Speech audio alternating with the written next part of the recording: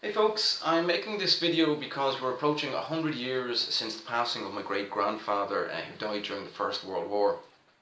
He's buried out in Alexandria in Egypt, and unfortunately there's nobody in Egypt to mark the occasion, so I'm hoping that somebody in Egypt might see this video and feel like doing a good deed and maybe put some flowers down by his graveside on or around the 30th of December.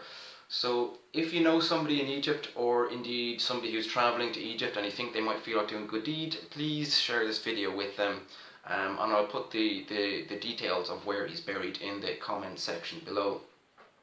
So to mark the occasion myself, I've recorded a song with my niece Erica, and I hope you stick around to listen to that. But just before that, I just want to briefly tell you a little bit about how it came about that he died at such a young age of 27, so far away from home.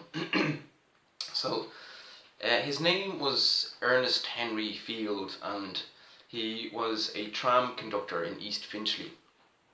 Now in 1916 he was called to war, and I can see from the UK's National Archives website that he lodged an appeal on the grounds that his wife was pregnant and all her family were in Dublin in Ireland, and she would have been left alone in London.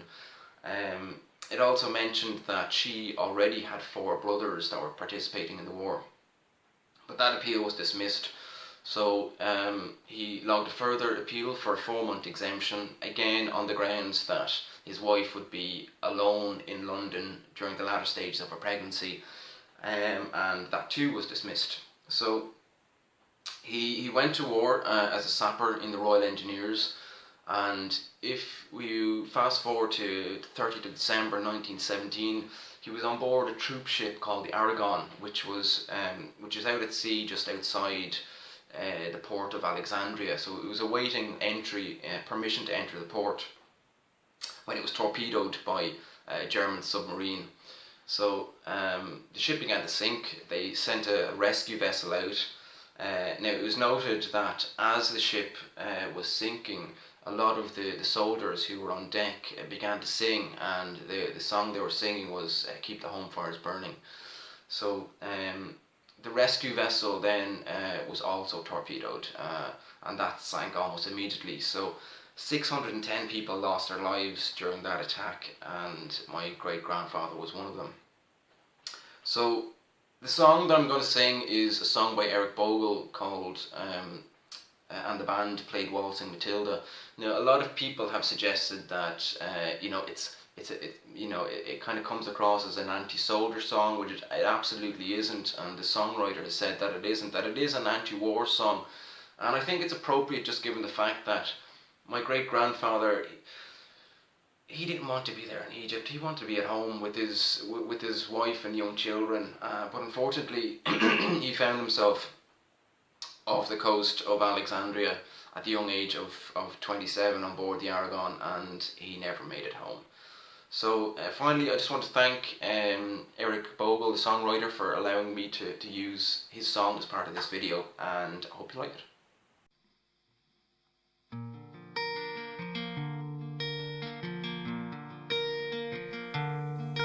When I was a young man, I carried my pack, and I lived the free life of a rover.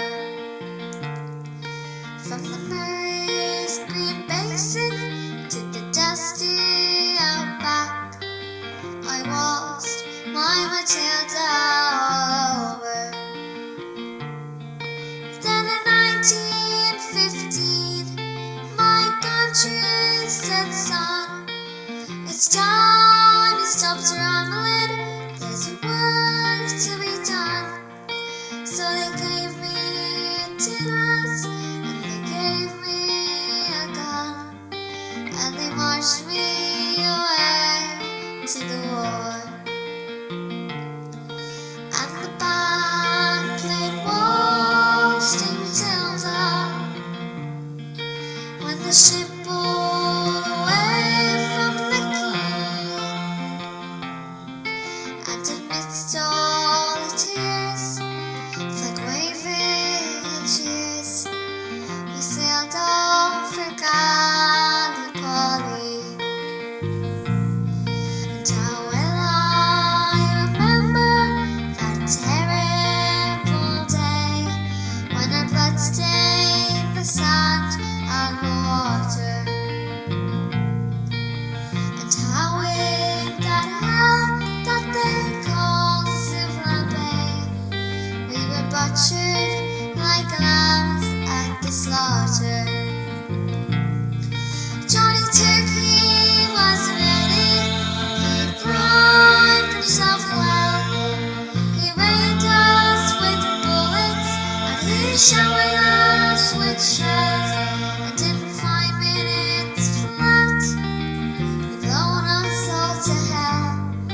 Nearly blew us back home to Australia. And the band played waltz to Matilda when we stopped to bury our slain. We buried ours and the Turks buried theirs. Then we started all over again. And those that were left, well, we tried to survive in that mad world of blood, death and fire. And for 10 weary weeks I kept myself alive, while around me the corpses piled higher. Then a big Turkish shell knocked me on silver head, and when I awoke in my hospital bed and saw what it had done, well, I wished I was dead. Never knew there was worse things than dying. So no more go waltzing Matilda all around the green bush for me to hump tented pegs. A man needs both legs. No more waltzing Matilda for me.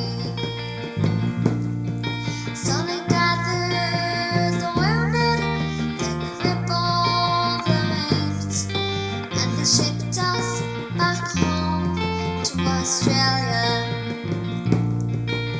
The armless, the legless, the blind, the insane, those proud, wounded heroes of Suvla. And when the ship rolled into Circular Quay, I looked at the place where my legs used to be, and thank Christ there was no one there waiting for me to grieve and to mourn and to pity. And the band played waltz to Matilda when they carried us down the gangway. But nobody cheered, they just stood there and stared. Then they turned all their faces away. So now every April I sit on the porch and I watch the parade pass before me. I see my old comrades are proudly they march, renewing old dreams of past glory. The young man marched slowly, all bone stiff and sore. The tired old heroes of forgotten war. And the young people ask, what are they marching for? And I ask myself the same question. The band played waltz in Matilda still answer the call. Year after year, the numbers are few. Suddenly no one reminds there at all.